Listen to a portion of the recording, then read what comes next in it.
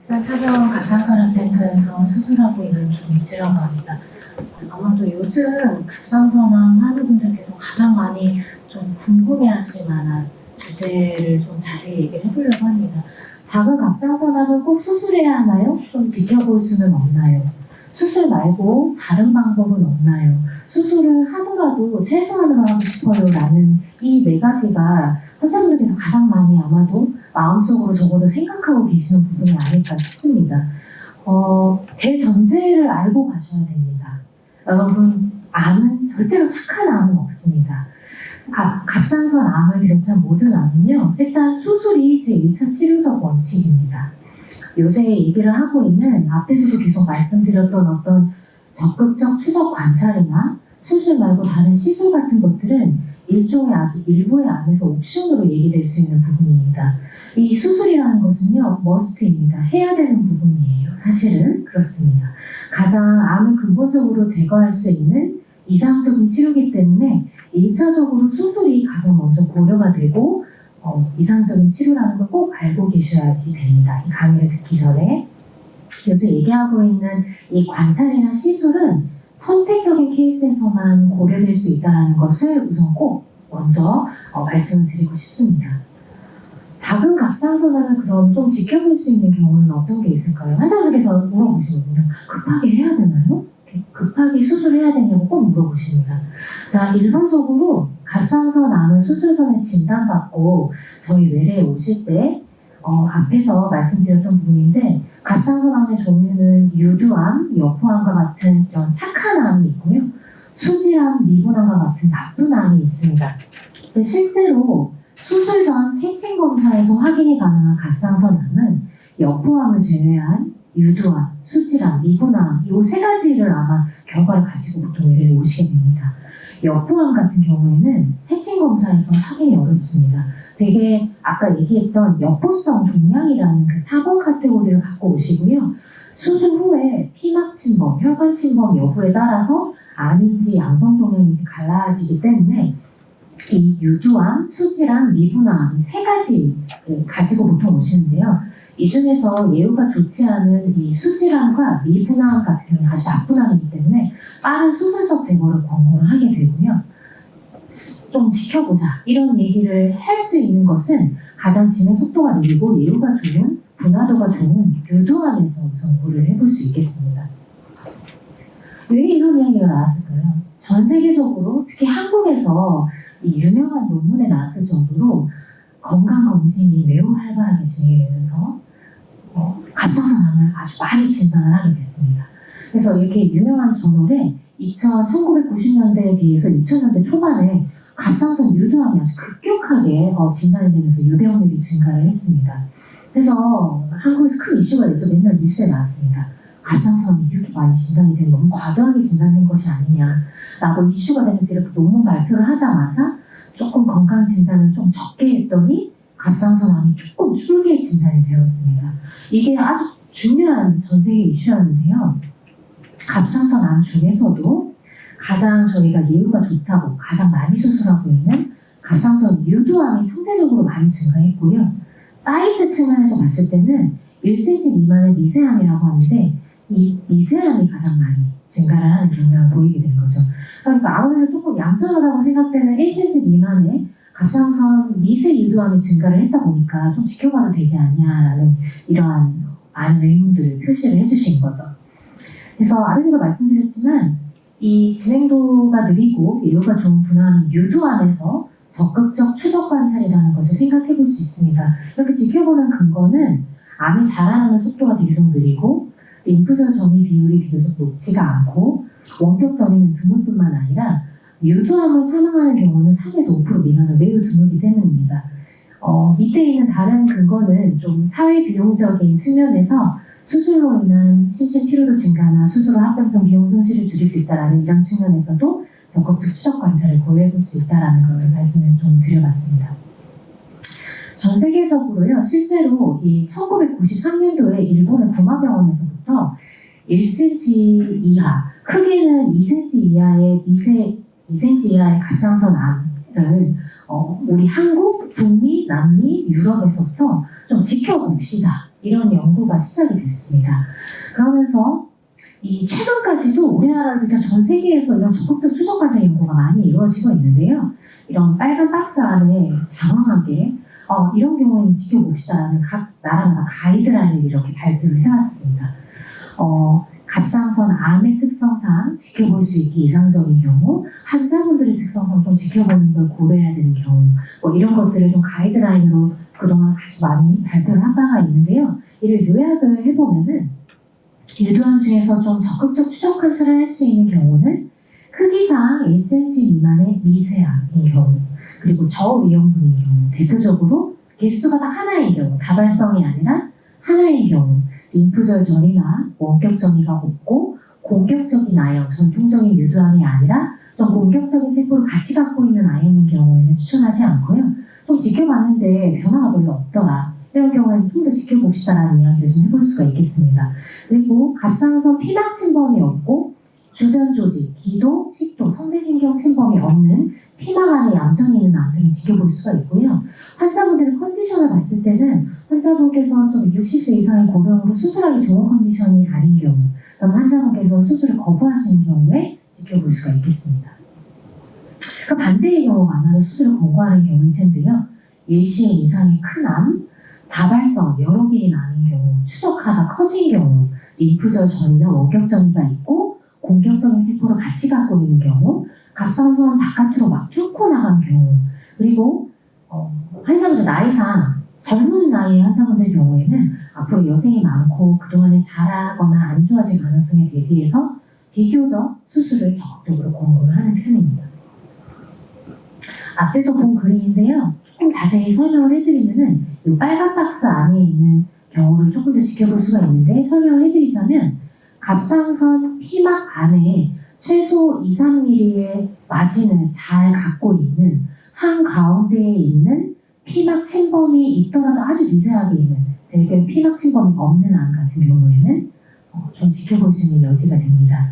이렇게 뒤쪽, 갑상선 목소리 신경이나 식도가 위치하고 있는 뒤쪽으로 막 뚫고 나갔거나 마진이 좋지가 않고 피막 침범을 앞으로 한 경우나 림프절 정리가 있거나 막 기도에 이렇게 넓게 붙어 있는 경우, 이런 경우에는 추적 관찰을 권고되지 않습니다. 그동안 그럼 지켜봤으면 어떻게 됐을까 좀 궁금하실 텐데, 평균 약 10년 추적을 한 연구들이 그동안 논문으로 많이 나왔었는데요. 좀 요약을 해서 말씀을 드리면 평균 10년 추적 경과 7에서 16%의 환자가 수술을 시행하긴 했습니다. 그 이유는 암 사이즈가 커져서, 또는 암의 부피 자체가 커져서, 새로운 병소, 림프절 전이나 다른 암병변이 생겨서 이런 것들 때문에 수술을 하게 되었고요. 또 환자가 불안해하셔서 어떻게 될지 모르니까 불안해서 수술을 원하는 경우 이렇게 수술을 시행을 했습니다. 그러면 어떻게 지켜볼까요? 그래서 좀 약간 언급이 됐는데요. 암 발견 후 초기 2년은 무조건 6개월마다 적극적으로 초음파를 해서 사이즈가 커졌는지 다른 것들이 생겼는지 이렇게 추적을 하고요. 2년 경과물도 안정적이다라면은 1년마다 초음파 시행을 고려를 하게 됩니다. 다만 여기에서 암이 악화가 된 경우는 당연히 지체하지 말고 수술을 결정을 하셔야 합니다. 작은 갑상선암을 치료하는 다른 방법은 없냐고 좀 물어보시는 경우도 있는데, 다른 방법 없습니까? 고주파 시술이라는 거에 대해서 아마 좀 들어보신 환자분들께서 있으실 겁니다. 지진다라고 얘기를 하죠. 쉽게 얘기를 하면은. 인터넷에 있는 사진을 갖고 오긴 했는데요. 실제로 갑상선에서 고주파 시술을 고려하는 경우는 첫 번째는 암은 아니고요. 양성결절, 좀 크기가 큰 양성결절에서 이런 고주파 기계를 가지고 초음파를 통해서 이렇게 탐침자를 이렇게 넣어서 여러 군데 소장을 하면서 크기를 줄이거나 완전 소실까지도 조금은 기대해보는 이런 것들이 가장 많이 고주파 시술을 하는데, 갑상선 암에서도 열절제술이라는 용어 하에 고주파, 레이저, 극초도암파를 이용한 절제술을 일부 시도를 하고 있습니다. 앞에서도 얘기했지만 적극적 추적 관찰을 고려하는 경우에서, 즉 미세 유두암에서 고려해볼 수가 있겠고요. 실제로 그동안 원반암뿐만 아니라 일부 재반암에서도 고주파 열절제술을 시행을 한 바 있습니다. 이를 시행하는 근거는요, 첫 번째로는 수술을 하고 싶은데 수술을 환자분께서 거부하시거나 수술이 불가능한 신체 컨디션인 경우에 열절제술을 좀 고려를 해드리기도 합니다. 그리고 저희 외과 의사분들이 좀 열절제술을 권고하는 경우는 수술로 접근하기 어려운 이 빗장뼈 엄청 밑에 파고 들어가기 어려운 이런 위치에 암이 국소재발한 경우 이런 경우에 조금 권고를 가끔 드리기도 하고요. 사회 비용적인 측면으로 수술비가 좀 더 싸고 이런 것들 때문에 좀 시행을 해볼 수 있겠습니다. 할 수 있는 경우는 적극적 추적한 사람의 경우가 크게 다르지 않습니다. 1cm 미만의 미세암, 저위험군, 단일암 안정되었고 전이가 없고 피막 침범이 없고 환자가 수술을 거부하시거나 좋은 컨디션이 아닌 경우 그리고 무엇보다 열절제술은 탐침자로 접근이 가능해야지 시도할 수 있습니다. 그런 부분에서 할 수 있겠고요. 실제로 이것도 이제 많은 연구가 있었는데요. 고주파 시술해본 거 그럼 어땠나요? 메타 분석이라고 해서 그동안에 연구들을 종합해서 분석을 해본 결과들이 발표가 됐었는데 1822개의 미세 유도암에서의 추후 결과 메타 분석 시에 79%에서 종합적으로 완전 소실을 보였고 1.5%에서만 좀 전체 종양이 진행을 하였고 0.4%에서 잔여 종양이 있어서 암이 남았다. 그리고 0.9%에서는 새 미세 유도암이 생겼거나 0.2%에서 림프절전이가 새로 생겼거나 실수로 0.2%에서 조금 치명적인 합병증들이 있었다라는 비교적 좀 좋은 결과들을 나타냈었습니다. 559개의 림프절 정리에서도 이 메타 분석이 있었는데 91% 이상에서 부피가 줄었고 67.9%에서 완전 소실이 있었고 7.8%에서 재발, 2.9%에서 합병증, 0.4%에서 치명적인 합병증이 있었다라고 이렇게 좋은 결과를 보였었습니다. 원격정리 암에서는요, 사실 폐는 다발적인 원격정리가 많기 때문에 이걸 하진 않지만 일부 뼈전이 아주 국소 병변의 경우에도 치료가 진행 중이라는 이야기가 있는데 이 부분은 좀 결정적인 결과들이 없어서 이 부분은 그냥 언급만 드리고 넘어가겠습니다. 아니 결과를 보니까 생각보다 괜찮은 것 같은데 그럼 좀 지켜보거나 열절제술을 하면 안 되나요? 여러분 간과하시는 부분이 있습니다. 앞에서 좀 얘기를 했지만 작은 갑상선암도 공격적일 수가 있습니다. 크기만 따지는 게 아닙니다. 저는 1cm 미만의 미세 유도암에 대해서도 얘기를 했지만 갑상선암의 공격적인 특성하고 크기만 따지는 게 아니라 앞에서도 얘기했지만 피막 침범, 껍데기를 뚫고 나왔어요. 림프절 종이가 있어요. 암 자체의 특성 중에서 암이 얌전한 애가 아니고 림프계나 혈관계로 막 침윤되는 그런 애들인 경우에는 원격 전이도 잘합니다. 이걸 종합적으로 따져보셔야 됩니다. 사실은 이걸 꼭 알고 계셔야 되고요.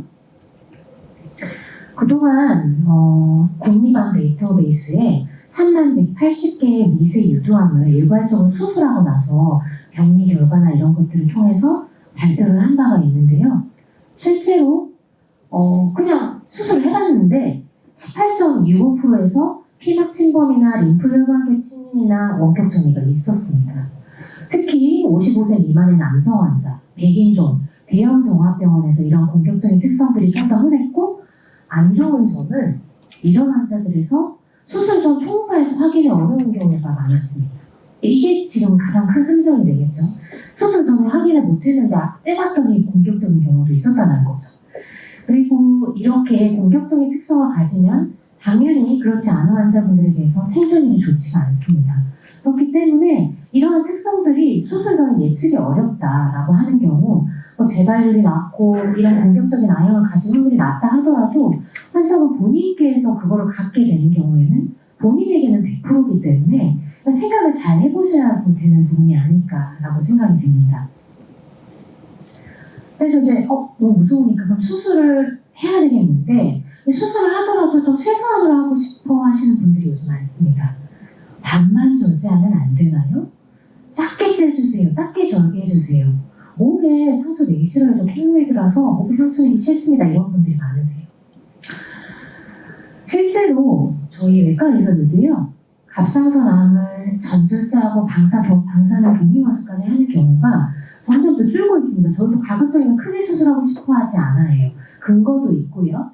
요새는 4cm 이상의 갑상선 아주 큰 암, 육안적으로 막 이미 조금만 열어봤더니 너무 심하게 주변 조직 침범을 한 경우, 수술 전 초음파에서 이미 림프절전이나 원격전이가 너무 저명하게 보이는 경우, 갑상선 가족력이나 방사선 기관이 아주 특수한 경우에서는 사실 전절제를 좀 고려하고 있는 경우가 많습니다. 저희가 앞에서도 좀 언급이 됐는데요. 최소 침습 갑상선 절제술이 아주 전반적으로 되게 유행을 하고 있습니다. 첫 번째 의미로 수술 범위 자체가 축소가 되기도 했고요. 양쪽 갑상선 암을 무조건 절제를 하는 것보다는 한쪽 갑상선 반절제만 해달라고 하는 경우도 많고 실제로 저희가 더 많이 하고 있습니다. 두 번째로 최소 침습이라는 얘기는 목의 상처를 최소화한다는 측면인데요. 방법은 두 가지가 있습니다. 목에 이런 스마일 모양의 전통절개 선을 이용하는 게 아니라 작게, 측경부로 작게 째거나 가운데로 작게 째거나 이런 방법을 선택하는 경우나 아예 목에 상처를 내지 않는 내시경이나 로봇을 이용해서 다른 곳을 통해서 들어와서 목에 상처를 안 내는 두 가지 이 전반적인 것들을 최소 침습 갑상선 절제술이라고 얘기를 해볼 수가 있겠는데요. 제 환자 사진인데요. 요새는 이렇게 크게 째지 않습니다. 크게 째는 사람도 있겠지만 필요하면 2.5에서 4.5cm로 갑상선 암이 있는 쪽 부분으로만 이렇게 측경부로 좀 더 작게 절개를 많이 하게 됩니다. 장점은요, 작게 째기 때문에 미용 만족도가 좋고요. 크게 잼으로써 생길 수 있는 수술 후에 어떤 유착, 특히 기도 앞으로 많이 유착이 되거든요. 그 부분을 피함으로써 유착이나 수술 후의 통증, 그리고 피부 감각 이상 이런 것들이 감소하게 됩니다. 비용적 효용도도 상승하고 그럼에도 불구하고 전통절개를 했을 때와 비슷한 수술 후 합병증과 수술 후의 암 예후를 가져올 수 있다는 점이 아주 좋겠죠. 그래서 이런 장점들이 있습니다. 내시경 로봇갑상선 절제술은요, 앞에서 언급된 여러 가지 방법들 중에서 저희 병원은 제가 아는 이 겨드랑이로 접근하는 방법이 있고 김희준 교수님께서 하시는 구강, 안으로 접근하는 방법이 있습니다. 이 다빈치 로봇 시스템이 발전하면서요, 최근에 XI에서부터 SP까지 기구가 발전하면서 극대화된 장점을 갖게 된 이 접근 방식이 제가 하고 있는 겨드랑이 방식인데요. 기존의 겨드랑이 접근법을 했을 때보다 조금 더 작은 절개선을 가지고 수술 공간도 좀 작게 만들고 이렇게 수술할 수 있게 돼서 환자분들께서 수술 후에 아주 극대화된 목에 상처가 없으니까요. 미용 만족도를 가질 수 있고 정교한 로봇 시스템 기술을 이용해서 집도의의 수술적인 효용도도 좀 증가를 했고요.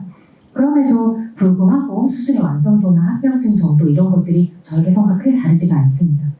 그럼에도 암 예후라든지 이런 것들이 큰 차이가 없고요. 절개법이라면. 근데 한 가지 알고 계셔야 되는 부분은 이 로봇 수술 목의 절개선을 피하면서 다른 쪽에서부터 접근을 해오기 때문에 보이지는 않지만 수술 범위가 전통 절개보다는 클 수가 있습니다. 그러면서 생길 수 있는 불편감들은요, 수술 후에 재활이 효율적이라는 부분은 좀 알고 넘어가시는 게 좋겠습니다. 이 부분은 또 개별적으로 환자분한테 설명을 드리는데요.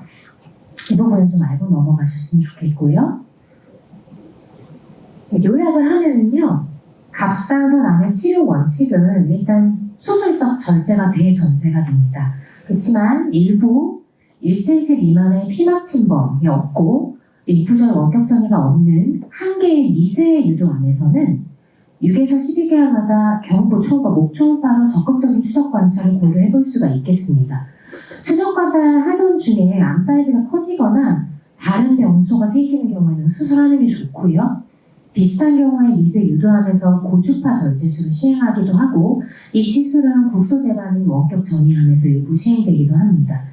미세 유도암 중 일부는 공격적인 특성을 가질 수 있기 때문에 수술 전 검사에서도 확인이 어려울 수 있기 때문에 수술을 신중히 고려를 해보셔야 되고요.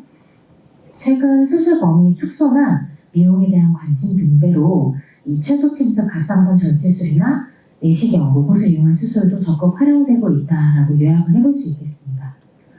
마지막 슬라이드는 제가 박정수 교수님을 비롯한 저희 병원의 교수님들께서 많이 얘기하시는 부분인데요. 갑상선암은 양의 탈을 쓴 늑대라고요. 암은 계속 말씀드리지만 착한 암은 없습니다. 암은 무조건 나쁩니다. 얼마나 공격적인지 정도만 차이가 있을 뿐이죠. 또 수술 전 검사로 앞에서 말씀드렸지만 암의 모든 특성을 정확하게 알 수가 없으세요. 그러니까 결정적이지 않습니다. 수술해봐야지 또 확인될 수 있는 부분들도 있기 때문에 수술이 결국은 어떻게 최종의 어떤 그런 보루가 되기도 합니다. 크건 작건 간에 절개선부터 환자분들의 어떤 수술 범위, 수술 후 치료, 추가 치료 이런 것들을 정할 때 환자 맞춤형 치료, 환자분과 최대한 상의를 해서 어떤 경우에는 절개선을 아끼지 않고 어떤 경우에는 작게 째고 어떤 경우에는 로봇을 이용하기도 하고 완벽한 암의 절제를 가장 최우선으로 시행하면서 환자 맞춤형 치료를 저희 병원은 저를 비롯한 저희 모든 교수님께서 하고 있습니다. 이게 가장 중요하고요. 이런 외과 교수님들의 이 강의를 좀 참조하셔서 부디 잘 치료하셨으면 좋겠습니다. 네, 이상으로 강의 마치도록 하겠습니다. 감사합니다.